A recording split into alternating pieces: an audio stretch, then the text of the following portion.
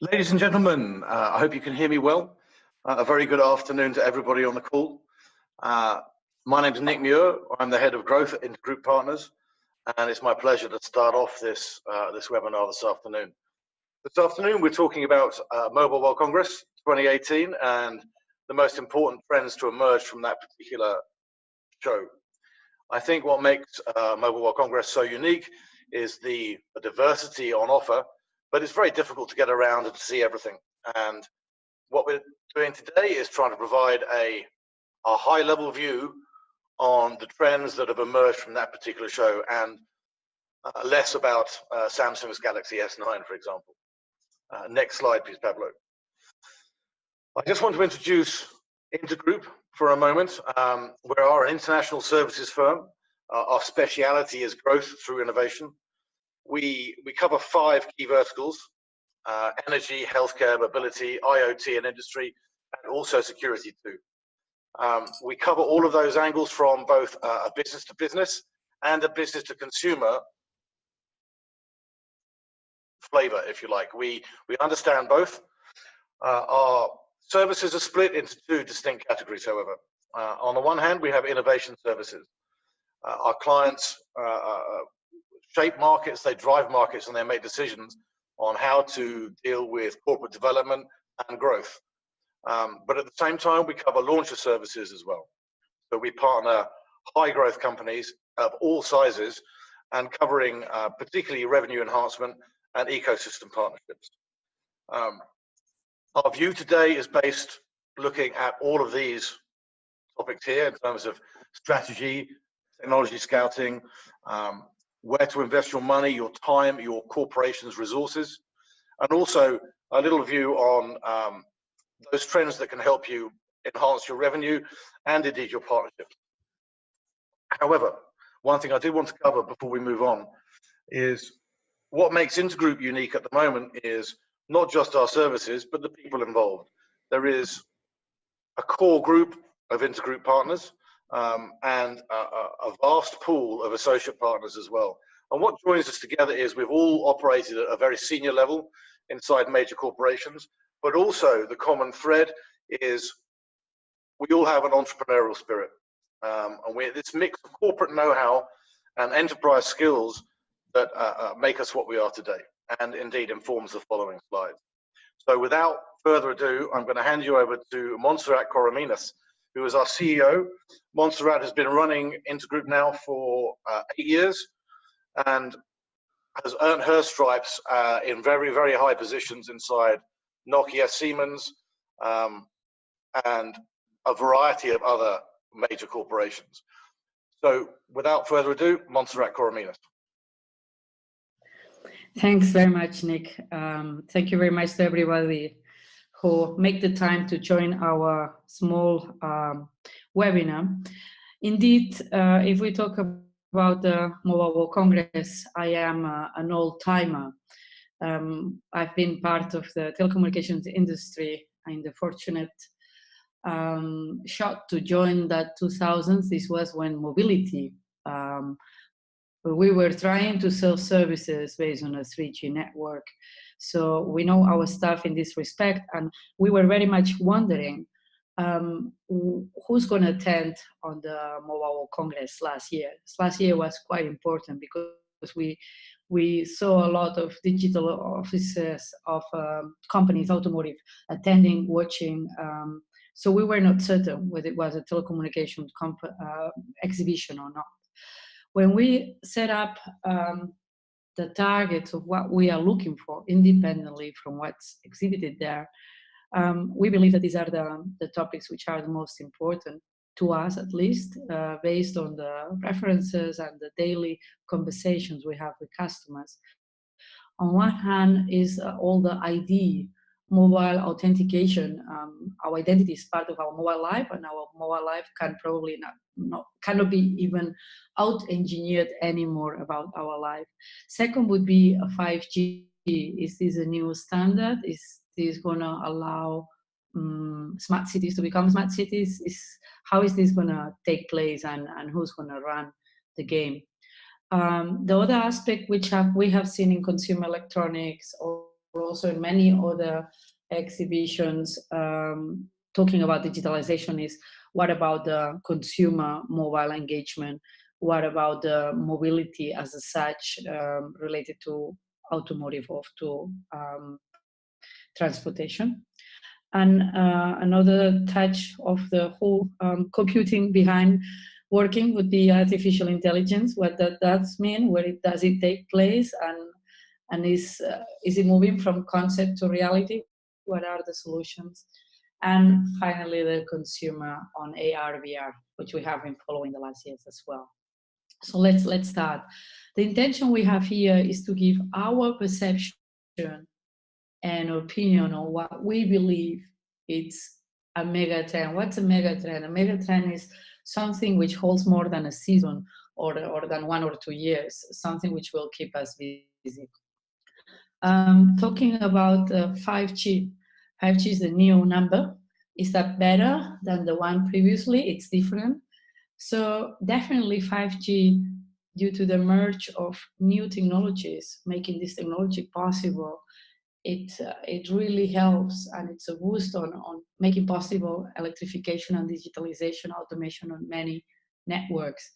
What is very challenging about 5G is that it's not clear the business model. So what we see as a trend is no one really knows what the business model will be. And there are different ways of approaching to those business models. We have companies like Telenor, Qualcomm, KT, which are developing use cases, trying to verify the key technologies. So it's not a technology field. And this is the different thing now. It's about what technology makes sense where. That's going to be an exercise to do together with those players.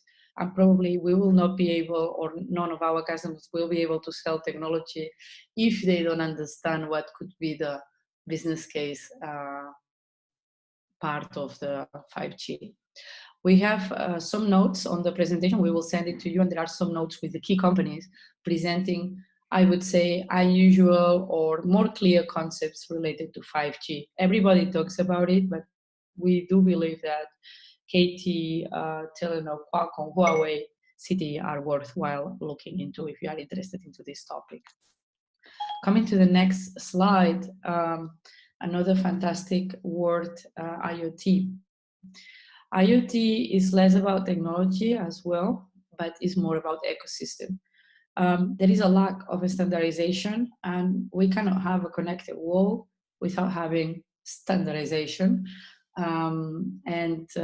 There are more and more embedded systems capable of covering more of the value chain. So companies like Nokia Wing is trying to offer a one-stop shop with all the IoT managed services. Remarkable has to be said from Nokia and some other companies is that they really stopped talking about the technology, but they are talking much more on how you as an enterprise, how you as a market player can use IoT. So they have done a big step on explaining what the hell that means and what is it used for and how could I do it. Of course, is a very big component related to network technology, again, like 5G. Interesting was the LTE. There is a private LTE, a machine-to-machine standard possible, and it shows that some solutions or IoT ecosystems don't even wait for a 5G, but try to create their own network based on LTE technologies. There is also more detail about it in the notes. But definitely, you are not an IoT provider if you are not managing or, let's say, in control of a good ecosystem or dominant ecosystem, which is what we internally call, because it's not about anarchy, it's about providing a service and securing that that service is provided end-to-end. If we go to the, well, I think I have advanced the speech to the next slide. Again, they are desperately looking for the standardization and ways of making it easier. So there is an open connectivity foundation. It's worth looking into it if you are in this area fueled by Comtech Communications, Qualcomm, Ericsson. And I'll move forward to your slide. The technologies which enable those services, on the other hand, which are those? Voice. Voice, we saw it with Alexa, but now we are having all these technologies being embedded in the services. So the conversations, there are two very interesting startups or small companies who've won an award, and we would like you to draw the attention to those. Wisby, they develop a conversational e-commerce solutions for interact online experience, and it's pretty good. It is really good. So it is like this theory that we will go only to the city center to see showcases, to touch it, but we are able to get all the information in a very human way, not only through emails or chats, but also through voice as an interaction of our computers. The next slide, please.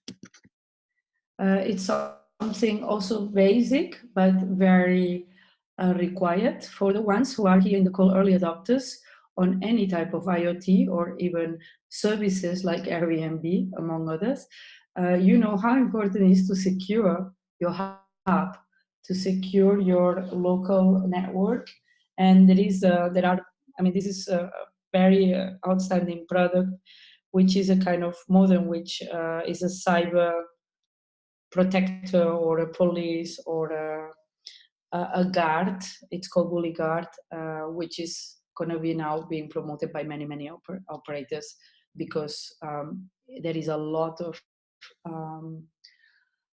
hacking and bugs on softwares being provided by solutions, and with this little piece can be very well positioned against cyber threats, especially people like us. I mean, I think we are quite early adopters, but there are people who do not know what's the consequence of installing that technology at home. And of course, we want to have it.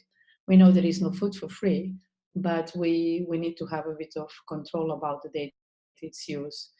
Along these lines, and not part of this slide deck, there is also the data protection guideline going on, which will be live in May this year, which is going to be for European countries. And it's all related to what type of data, personal data, can be saved by a service provider, what type can we request to be deleted, and so on and so on. It's going to be a long process to it, but we are certain that security, it's a matter to all of us. Moving forward to other things, what have we seen on that exhibition which is different? Based on the Nokia, Alibaba, and Samsung, including Huawei, we have seen that there is more and more emergence about what we call cross-segment competence or generalist. Having vertical knowledge and industry knowledge is one thing, but all these type of services running an asset as a service, like connected industry or connected car or logistics, this is a very complex matter, and more cross competences are required. We felt these companies we mentioned, they had different type of people in the booth explaining their solutions compared to the type of product management team that they were having in the past. They have people who talk the talk and understand solutions, understand systems and software. And it was very welcoming and very interesting to see that it's not only the slide deck we change, but also the teams behind those. And if many people are used, we are, let's say, a team between mid-30s, mid-40s, we are already quite old. You need to consider that some of the younger generations who will be taking decisions in the next 10 years are people who are interested on expertise and verticals, but they are more interested on the complete end-to-end solution. This is something which the industry is adopting, and I personally think is very positive, because it's very complex otherwise to manage it. The next trend, we have connected future. All the automotive companies were there, all of them. Either they had a booth. I mean, not all of them had a booth. The most innovative ones, like Daimler and many others. But they all their teams were there. So we really met OEM tier one suppliers and OEM players of the leading players on the automotive industry. Here, a showcase more to see how these companies with SAP were working together in order to showcase the security. So in this case, for example, you have Cisco, Sierra Wireless, SAP, Huawei, Ericsson, IDEMIA, which is a security company, and some smaller companies involved in making this project possible. It shows the complexity of managing those connected services as well. Moving forward, we have the last one of the last applied artificial intelligence. This was showcased with a human concept called Sarah as a concierge. This is what we see, but what is really stunning is how much, based on the data known and which we give, can be a duplication of services. And if you combine the imaging with the edge computing behind all those, it can be really a job substitution topic. And we will for sure see that more on our next exhibition in the Hannover Messe, but it's going to be a massive job disruption based on this type of simple, accurate technology services.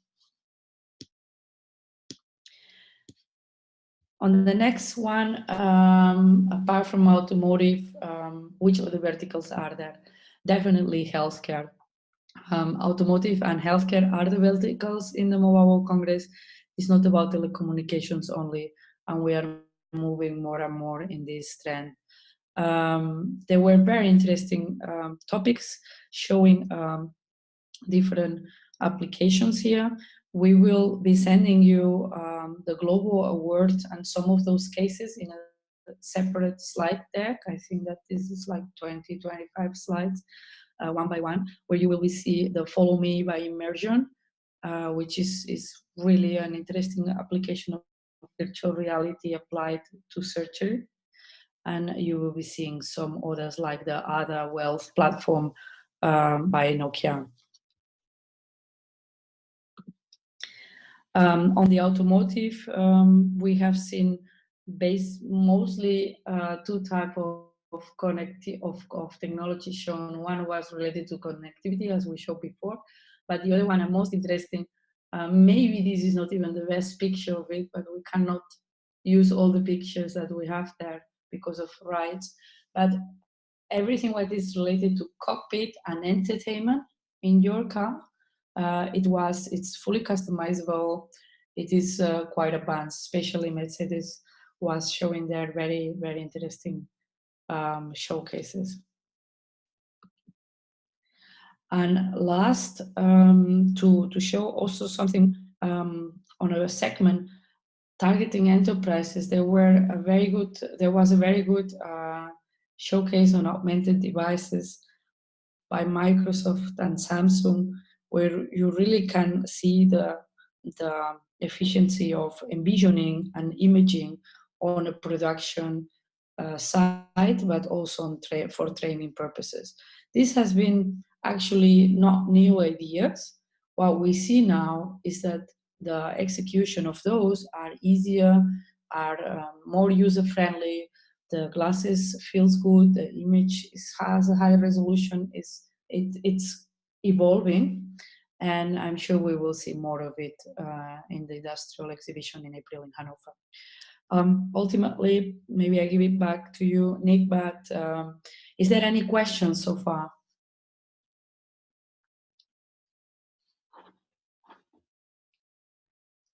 Is there any question we want to answer? Is 14:20?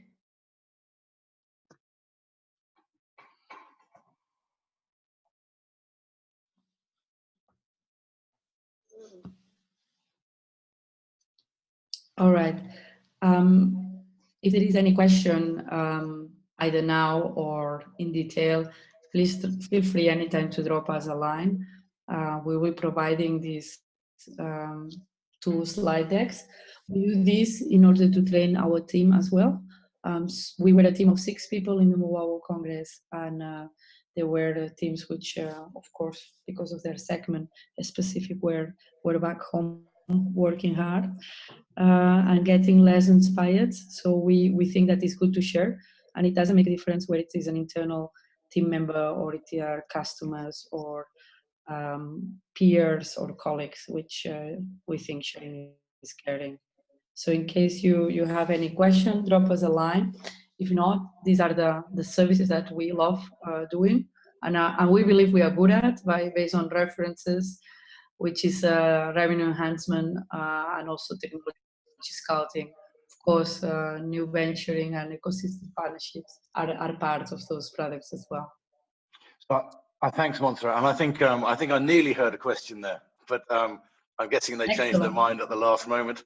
To be honest, I empathize, because it's always tough to ask questions at the end of a webinar. But as Montserrat says, we will gladly take questions and contact after this. We'll be sending out not 1, but 2 decks, which make interesting reading and strong references. I think to close off today's discussion, there seems to us at Intergroup to be one clear flavor that is emerging out of Mobile World Congress 2018. And underneath the razzmatazz of all the consumer product launches, the trends demonstrate that this year's showcase event is all about enabling businesses as much as it is about consumer electronics. And businesses are enabled by a lot of what we saw across multiple verticals, including, as Montserrat has touched on, automotive and healthcare. The flavor is driving business-to-business capabilities, and in so addressing a consumer need further down the line. And it's interesting to watch that B2C flavor melt back into B2B and inform that particular process. And some of the key take-ups that Montserrat mentioned over the course of that show, in particular, I guess, AR and VR are now being led by business-to-business applications rather than business-to-consumer. So it's good to see that this process of information is becoming as an infinity loop, with one thing driving the other, which is good to see. We would, as a group, by the way, be delighted to discuss any of these trends and how we can apply them to grow your businesses and to better inform your propositions. So I think our contact details are on the next slide. We'd love to talk to you again after the Hanover Messe show, which promises yet more business to business, but again, with this focus on enabling the consumer. So that's us for now. Thank you all very, very much for joining. Thank you so much, and have the courage to drive the dialogue. It's about the service, not the technology. That won't change. Thank you. Thank you. Thank you. Thank you.